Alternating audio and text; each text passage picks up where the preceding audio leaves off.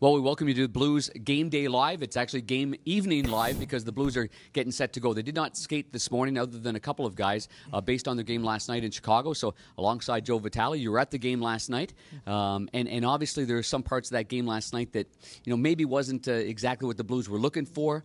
You can look on that side of it, but you can also look on the other side of it, of Tyler Bozak tying it late and at least securing 1 point and keeping the hopes alive of gaining first overall in the Central Division. Yes, of course. And you looked at that game last night, Darren, and of course there's some areas the Blues would love to improve on, but you mentioned Tyler Bozak, and that's an area, I think, of focus for Craig Berube and this group is getting the habits down as you head into playoff hockey and to make sure those habits are in place. And I look at Tyler Bozak's goal at the end. He does a simple thing. He stops in front of the net, and it's something you tell kids all the time, and how many times we still see it in the professional level where you go to the net and you just drift to the corner. He does a great job. He stops the net. He bangs home that rebound there, and you never know. I mean, that's a point. They didn't get two, but that could be a crucial point as we come down to the wire here because this Central is tight. And you're getting a little help from the league as they looked it over, too. There was a little uncertainty whether or not it'd be a goal, so all the Blues fans hoping it's going to be a goal. Tonight's the first time here at Enterprise Center that we've got Faith United Night, and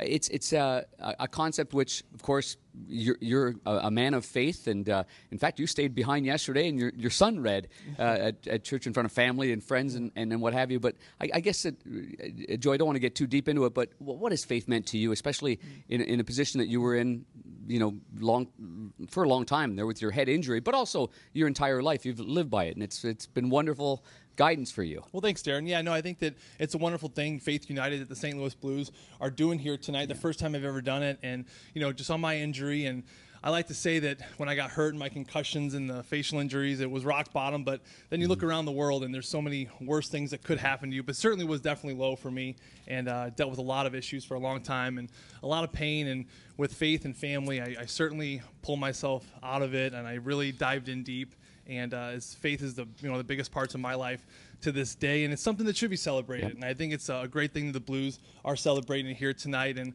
I know it means a lot to a lot of people in a lot of different ways. Yep. So I think it's a wonderful thing that the Blues have taken this upon them, and I think it's going to be a fun night. Well, how did little Harper do there in the reading? Well, my buddy Harper, so I have a 6-year-old, and I was late to Chicago. I barely made it for the game because he had a reading at church at St. Peter's. We're in Kirkwood there, and it was his first time he's ever read in front of the whole church. Wow. And I tell you what, this is tough. We're adults, and we know how hard this is. I can't imagine for a 6-year-old, but he rocked it, just like you, Darren. No, just like you, like what you're doing. I had him, the scouting report, I had him watch Darren Paying reruns over and over. I say, you see how he projects? You see how he just looks into that camera, how he makes love to that camera? I said, you got to do that. So he did it, and he did a heck of a job. Well, you're a funny man. You only said that because I'm his height, and he's 6 years old. Anyway, so a great, obviously, a theme here this evening at Enterprise Center. We got the Philadelphia Flyers in town.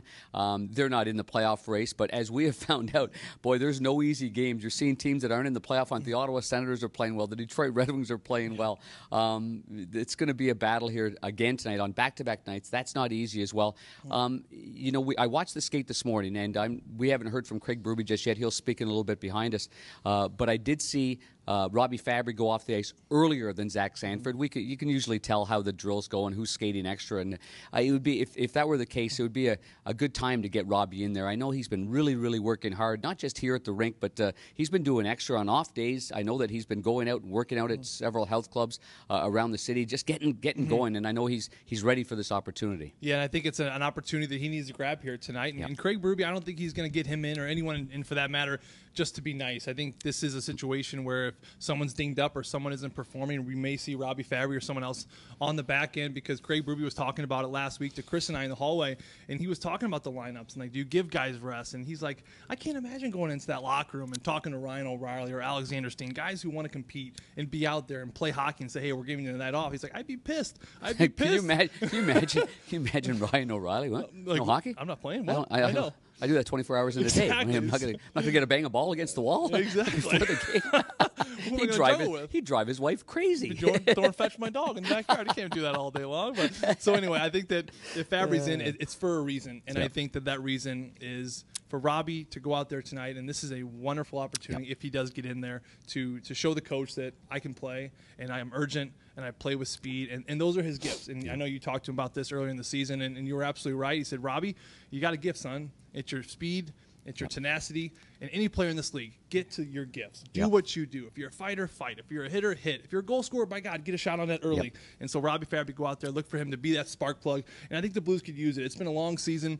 The style of hockey the Blues play, it's taxing on your body, and I think they could use some fresh legs. Well, there's another person that left the ice early too, and again, mere speculation. But I like to see. I was down in the hallway, and I kind of then Joel Edmondson went by, and still several guys stayed out on the ice. And I'm thinking to myself, you got Fabry and Edmondson, and if that were the case again, he's obviously been out. We haven't talked an awful lot about Joel Edmondson. We don't talk an awful lot about the injured guys because there's really no point to it. If they're not going to be players, we can give you updates along the way. But maybe Joel Edmondson comes into the play, and this would be a good team for Joel to return against. Absolutely, I think his size and his ability to defend, and I think that's something that continues to be the nucleus of this team is to defend well, defend hard, to box out, use your big bodies, and I think Joel Edmondson has been greatly missed, but at the same time, I think the defensemen that have been in there have just done an exceptional job. I think Boom Boom Gunnarsson, his game is continuing to evolve and improve, but having Joel Edmondson back in tonight, I sure hope you're right. I can just see you in the corner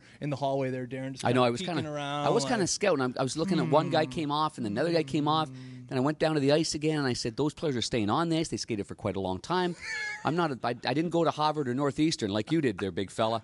But my deduction, I think, is pretty accurate when it comes to hockey. A little Snoopy. I like it. A little bit right there.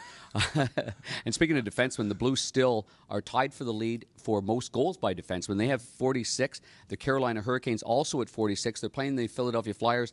They're at 34 in this game. But there are some players on Philadelphia. Holy jumping. I mean, you've got Giroux and you've got Couturier, who, under the tutelage of Craig Berube, really evolved into a real good, solid two-way player. He was a Selke runner-up last year, and I know that we've got everybody in the league's really looking at Ryan O'Reilly, and this could be his first major award in the National Hockey League, and as the Selke Award winner. So, there's still good matchups. I think the thing about the Blues in this game, they know these Philadelphia Flyers. There's a lot of veterans on that lineup right there in that roster. So it's not like it's unfamiliarity. It's not like there's a whole bunch of college kids. And that's what I think it'll amp up the intensity. I think so. And I think the Philadelphia Flyers, knowing their core and how those players play with Giroux and everything on the back end, Voracek's another one. You're probably going to see Gudas on the back end, a physical presence. And got to keep your head up with Ratko Gudas. Yes, you don't want to, be careful coming across the middle of the ice. And this could be an intense game. And I think that the Blues have shown that these physical games, these emotional games, they respond very well to. And I think that you looked at the games last night in Chicago, not exactly where the Blues wanted to be, but they got to right the ship, and they want to be feeling good about their game heading into playoffs. And you do that by doing. You got to go out there. You got to work on those habits. And I think to have a better start to the game is going to be very important tonight. I think the first 10 minutes of the game last night, a little too sloppy, a lot of turnovers through the neutral zone. I think it really sets the tone for the rest of the game. So, Craig Berube, if anything this year, this team under Craig Berube, they've done one thing, and they've responded very well. Yeah, they really have. And look for Jordan Binnington to go up against the former St. Louis Blue netminer. Still has the record for most shutouts in a career, and that's Moose Kiddells.